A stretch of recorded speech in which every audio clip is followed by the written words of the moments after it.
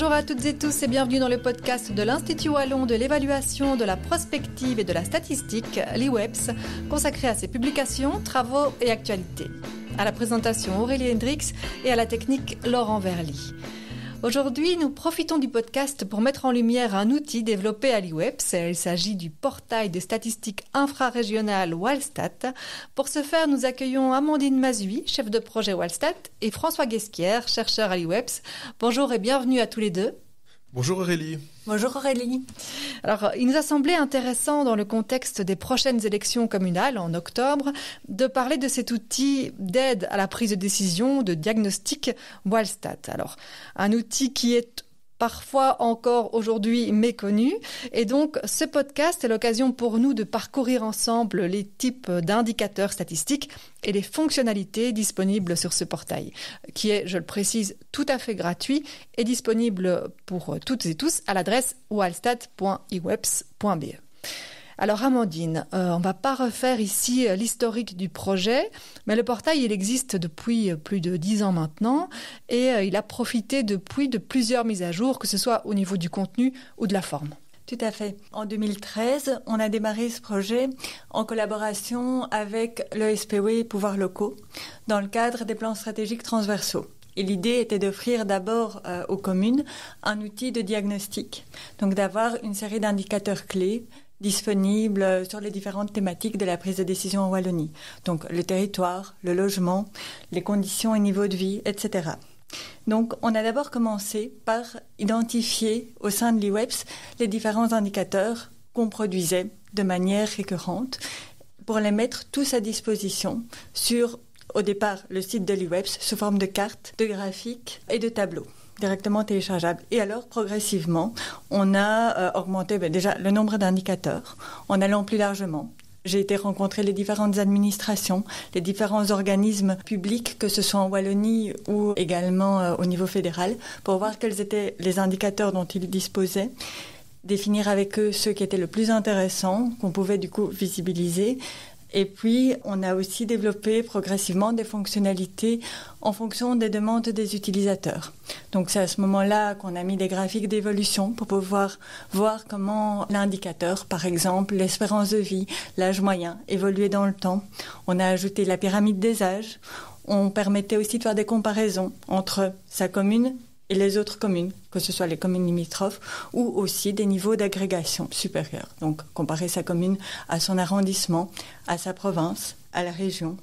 On a développé d'autres types de tableaux de données. Par exemple, pour les pouvoirs locaux, c'est extrêmement intéressant d'avoir dans un seul fichier Excel un onglet par thématique et dans chacun de ces onglets, les indicateurs clés disponibles pour toutes les années possibles. Et on continue encore à répondre aux demandes des utilisateurs. Alors, WALStat comme portail de statistiques locales, ça a 3 significations. C'est une porte d'entrée, une porte ouverte et une porte d'accès.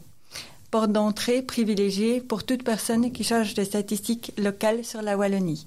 Donc là, c'est vraiment notre pari. On veut que ce soit un réflexe d'aller d'abord sur WALStat, de voir ce qu'on y trouve, d'y trouver les indicateurs clés et, si on veut aller plus loin, d'avoir les informations pour trouver des indicateurs plus spécifiques. Ensuite, une porte ouverte. C'est un portail qu'on a développé uniquement avec des logiciels open source et toutes les données qui se trouvent sur WALStat sont disponibles en open access. Elles sont disponibles aussi pour tout le monde. Il ne faut pas une connaissance spécifique en statistique pour comprendre les indicateurs.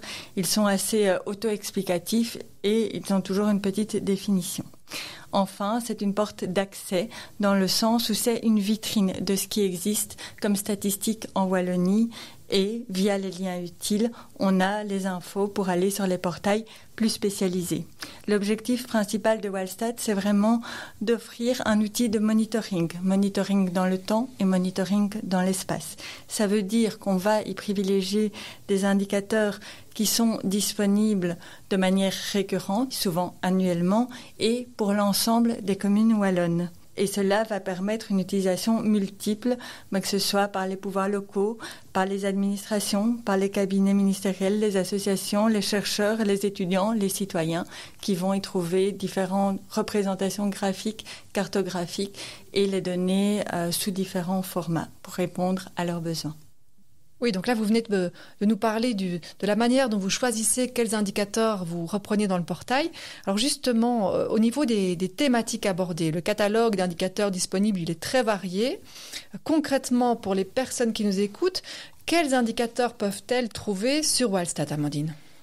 Eh bien, des indicateurs qui couvrent n'importe quelle thématique de la prise de décision en Wallonie. Donc là, on n'a vraiment pas de limite, il n'y a pas une thématique qu'on ne va pas aborder. Dès qu'il y a des données disponibles et qu'on les a à partir d'une source centralisée, donc d'une administration ou d'un organisme public, on va ouvrir la thématique. Donc ça aussi, ça s'est développé au fil du temps. On a d'abord travaillé uniquement avec les thématiques de compétences régionales. Et puis, à mesure que j'ai été rencontrer d'autres partenaires de la Fédération Wallonie-Bruxelles, par exemple, on a ajouté l'enseignement, la culture, la petite enfance, et ensuite le tourisme. Et on a une vingtaine de thématiques aujourd'hui. Et ça pourrait encore s'enrichir avec le temps. Vous avez parlé de l'enseignement, de la petite enfance, peut-être deux, trois autres catégories pour... Alors, les thématiques de compétences régionales, on a bien sûr le territoire, le logement, la population, la santé, conditions et niveau de vie. Donc ça, c'est une thématique assez large qui va couvrir tout ce qui concerne le revenu, mais aussi plus des indicateurs de pauvreté. On a le marché du travail, bien sûr, l'économie et même l'économie sociale, qui est une thématique à part, économie sociale et non marchand, qu'on a ajouté par la suite.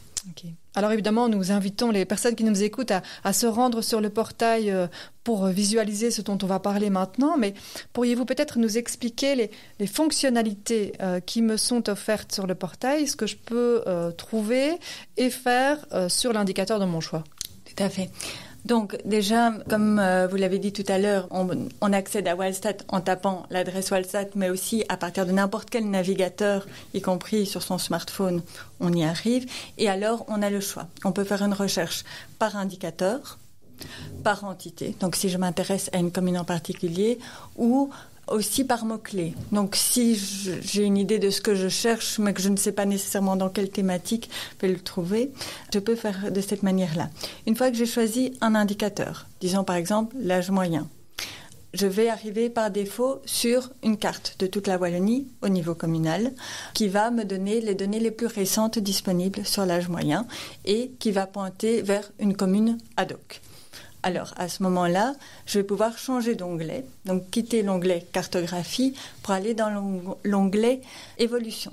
Et là, je vais avoir la valeur de l'âge moyen pour la commune ad hoc ou la commune que j'aurais choisie avec toutes les périodes disponibles. Donc, dans les données population, on remonte jusqu'à 30 ans.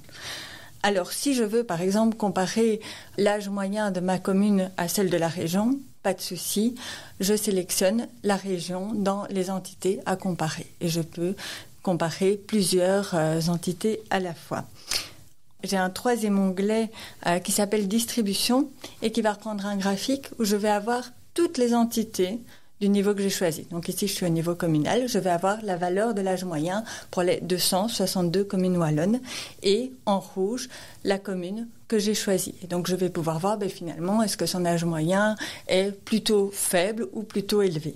Et j'ai un quatrième onglet très intéressant pour les chercheurs, pour les pouvoirs locaux aussi, pour les médias et les citoyens, bref, pour tout le monde, c'est l'onglet téléchargement. Dans cet onglet, je vais trouver différents fichiers à télécharger. Donc, fichiers Excel ou ODS pour avoir un format plus ouvert. Et donc, 3 types de fichiers.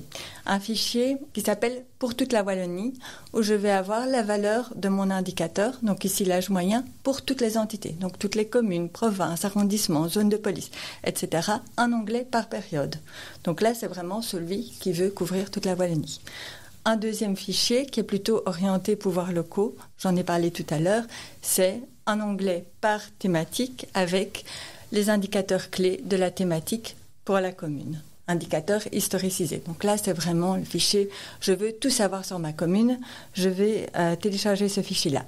Et un fichier qu'on va appeler un fichier thématique. Donc là, j'étais avec l'âge moyen. L'âge moyen, c'est un indicateur de la thématique population et migration. Eh bien, je vais avoir un seul onglet avec tous les indicateurs de la thématique. Il y en a énormément. On va avoir la répartition de la population par groupe d'âge et par sexe de manière assez fine. Les indicateurs de migration, de fécondité, etc. Donc là, ça va plutôt être un chercheur ou un étudiant qui veut vraiment approfondir une thématique sur une entité particulière. On va enfin y trouver la fiche métadonnée qui va reprendre une définition très détaillée de l'indicateur, les éventuelles limitations et les personnes de contact. Pour en savoir plus, que ce soit à l'IWEPS ou que ce soit par rapport aux fournisseurs de données. Pour les données population, notre fournisseur, c'est Stadbell. Et nous allons enfin trouver, toujours dans l'onglet téléchargement, la fiche synthétique. Mais on y reviendra. Oui, on y reviendra un petit peu plus tard, oui, effectivement. La dernière mise à jour majeure du portail, François, c'est l'ajout d'un nouveau niveau, donc les statistiques par quartier. Un véritable défi méthodologique, je pense. Oui, Aurélie. Donc en fait, le point de départ de cet ajout, c'était le besoin des utilisateurs. Donc c'est un portail qui est très orienté vers les utilisateurs. On recevait régulièrement des demandes de personnes qui voulaient des statistiques à un niveau infracommunal. Alors ça pouvait être soit des personnes qui travaillaient sur une partie de la commune, donc par exemple une association qui est implantée dans un quartier et dont le public est principalement issu de ce quartier-là et qui ne s'intéresse pas vraiment aux chiffres communaux mais aux chiffres plus locaux. Ou ça peut être aussi des personnes qui, au-delà de la valeur moyenne de l'indicateur au niveau communal, cherchent à connaître un peu la structure géographique de la commune. Donc est-ce qu'il y a des différences importantes entre le centre, par exemple, de la commune et des quartiers plus périphériques. Et donc on s'est dit, face à toutes ces demandes régulières, à un moment, il faut développer quelque chose pour répondre à ces demandes.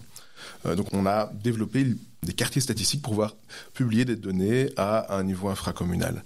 Alors, on a choisi de publier par quartier statistique. Pourquoi ? Parce qu'on a développé nous-mêmes en fait des quartiers statistiques. Parce qu'au niveau infracommunal, en Wallonie, il n'y a pas de niveau administratif, il n'y a pas de découpage. Les communes ne sont pas découpées en morceaux. Et donc, il fallait choisir ou développer un découpage pour chaque commune. Il y avait deux découpages qui existaient, qui nous semblaient à la base intéressants, mais qui ne répondaient pas complètement à nos besoins. Par exemple, les secteurs statistiques sont un découpage très largement utilisé par des chercheurs en géographie, mais c'est un découpage très technique. Donc les personnes qui nous écoutent probablement savent dans quelle commune elles habitent, mais ne savent pas le nom du secteur statistique dans lequel elles résident. Et donc aussi ça c'est beaucoup trop technique et l'objectif du portail général de Walstat, c'est de s'adresser à un large public, pas uniquement à des chercheurs ou des spécialistes de la géographie. Et donc un autre niveau qui nous a pensé intéressant a priori, qui est aussi beaucoup plus connu, c'est les anciennes communes. Donc ça, probablement que les personnes connaissent l'ancienne commune dans laquelle elles résident. Mais ça aussi a d'autres problèmes. C'est que notamment dans les villes, souvent les anciennes communes sont assez grandes et comprennent des zones très différentes. Donc si on prend l'exemple de Namur, qui est la capitale de la Wallonie, l'ancienne commune de Namur est assez grande parce qu'elle comprend à la fois des quartiers du centre, ville, mais aussi par exemple des quartiers plus périphériques comme la Citadelle, qui sont très différents en termes d'habitat, de population, etc. Donc là, c'était trop grand, pas assez fin. Donc ça n'allait pas non plus. Il y avait aussi d'autres problèmes où parfois dans certaines communes rurales, il y avait de très petites anciennes communes avec moins de 100 habitants. Et là, ça pose aussi un problème parce qu'en termes de diffusion de l'information, il faut protéger la vie privée des citoyens. Donc on ne peut pas diffuser des chiffres pour les trop petites populations. Et aussi, ça ne veut pas dire grand-chose. Donc si on calcule un taux de chômage sur une dizaine d'habitants, par exemple, ça ne veut pas dire grand-chose non plus. Donc là, c'était trop petit. Et puis les frontières aussi d'anciennes communes, dans certains cas, sont très anciennes en fait et ne correspondent plus aux frontières actuelles. Donc les anciennes communes étaient parfois quand même intéressantes dans certaines zones plus rurales où là ça correspond au quartier en certains cas. Donc on a dans les zones rurales des quartiers qui correspondent surtout aux villages en fait. Et là souvent ça correspond à l'ancienne commune, pas toujours parce qu'il y avait quand même des anciennes communes avec plusieurs villages qui ont parfois été séparés en plusieurs quartiers ou des anciennes communes trop petites qui ont été regroupées quand c'est vraiment un hameau. Et sinon, dans les villes, souvent, c'est à un niveau plus fin que l'ancienne commune, mais qui ne correspond pas nécessairement aux frontières. Dans les villes, l'idéal, c'est d'avoir des quartiers d'à peu près 1000 habitants. Alors, on est fort centré sur la population, parce que la plupart des indicateurs par quartier sont des indicateurs liés à la population au sens large. Donc, c'est pas que de la démographie, mais c'est aussi des indicateurs liés au logement, la part de propriétaires, la part de locataires, des indicateurs liés au niveau de vie, liés à la mobilité, etc. Mais c'est souvent des indicateurs qui caractérisent soit la population, soit les ménages. Alors, c'était aussi l'occasion de réfléchir à la manière dont on diffusait les données, puisqu'on se veut accessible à un large public. Et donc, le projet par quartier était aussi l'occasion de repenser certains certains éléments. Donc, par exemple, on a introduit une cartographie dynamique où on peut vraiment zoomer, ce qui permet de mieux voir la situation de chaque commune à l'intérieur de chaque commune. On a aussi introduit la possibilité de mettre un fond de carte. On a utilisé le fond de carte OpenStreetMap, qui est aussi un fond de carte libre et qui permet donc aux personnes qui s'intéressent aux données infracommunales de voir exactement où passe la frontière des quartiers. Si elles veulent savoir où elles habitent, dans quel quartier, ou exactement où ça passe, pour savoir, tiens, est-ce que c'est telle zone à la frontière des deux quartiers, est-ce qu'il est dans tel quartier ou dans tel autre quartier. On a aussi introduit des éléments en termes de discrétisation des indicateurs, donc les classes de couleurs sur les cartes, où là, il y a deux possibilités quand on travaille par quartier. Donc, soit on s'intéresse à la une ligne dans son ensemble ou à une zone où on peut zoomer, où on a des classes au niveau wallon, ou bien, plus souvent, c'est ça qui nous intéresse quand on se travaille par quartier, c'est d'avoir des classes pour la commune elle-même. Ça permet d'éviter d'avoir toute la commune qui serait dans la même couleur. Si, par exemple, on a une commune assez aisée, c'était l'occasion aussi d'avoir quelque chose qui est plus user-friendly. Et voilà, on reste toujours dans la même philosophie. Donc, évidemment, toutes les données sont téléchargeables aussi, si on veut une réutilisation plus fine des données. Alors au niveau des communes, et donc là je remonte d'un niveau, Amandine, il existe des fiches synthétiques qui reprennent les indicateurs clés. Tout à fait. Donc c'est un produit qu'on a développé dans le cadre des dernières élections communales, encore une fois pour répondre à une demande qui était celle des utilisateurs qui disent voilà, il y a énormément d'indicateurs sur Wildstat, on en a plus de 800. Comment s'y retrouver si demain je vais au conseil communal et qu'on me demande de faire un diagnostic ou de présenter la commune peut-être à d'autres réunions dans le cadre d'une intercommunale ou quoi? Qu'est-ce que je peux apporter? Qu'est-ce que je peux extraire de Wildstat? Donc, dans cette fiche synthétique, on va y trouver quoi? D'abord, quelques informations signalétiques. Donc, les codes postaux, les zones de police, l'arrondissement, etc. Mais ça, en général, les gens connaissent. Alors, on va trouver la pyramide des âges, qui est toujours très intéressante et demandée. Le découpage par quartier statistique, donc une carte et la liste des quartiers. Et alors, quelques indicateurs clés qui ont été définis par nos collègues et qui sont représentés sous forme de graphiques, mais des graphiques qui peuvent être un peu différents de ceux qu'on va trouver sur les pages indicateurs classiques de Wildstat. L'avantage de cette fiche synthétique, c'est qu'on peut l'imprimer en PDF, ça fait quelques pages, et on peut aussi directement l'envoyer par mail à un collègue, à un contact. On l'a dit tout à l'heure, donc le portail il est alimenté de manière régulière. Quelle est la fréquence de ces mises à jour et y aura-t-il prochainement une mise à jour de données? Oui, alors la plupart des indicateurs sont annuels. Donc il y a une série des indicateurs qui sont plutôt mis à jour en janvier et d'autres plutôt en juin, mais là, ça va dépendre vraiment de la disponibilité des données chez nos fournisseurs. Moi, concrètement, ce que je fais, c'est que je contacte une fois par an les fournisseurs pour leur demander leur mise à jour, les fournisseurs et mes collègues. Maintenant, si ils m'envoient naturellement, je vais dire, les données plus tôt, je ne vais pas attendre quelques mois pour les mettre à jour. L'idée est vraiment d'avoir les données les plus récentes possibles. C'est comme ça qu'on travaille. Et alors, la prochaine grosse mise à jour, c'est justement les données population qui, elles, sont systématiquement disponibles début juillet. Et alors, tous les indicateurs qui dépendent des données population parce qu'on calcule des proportions ou des ratios sur la population.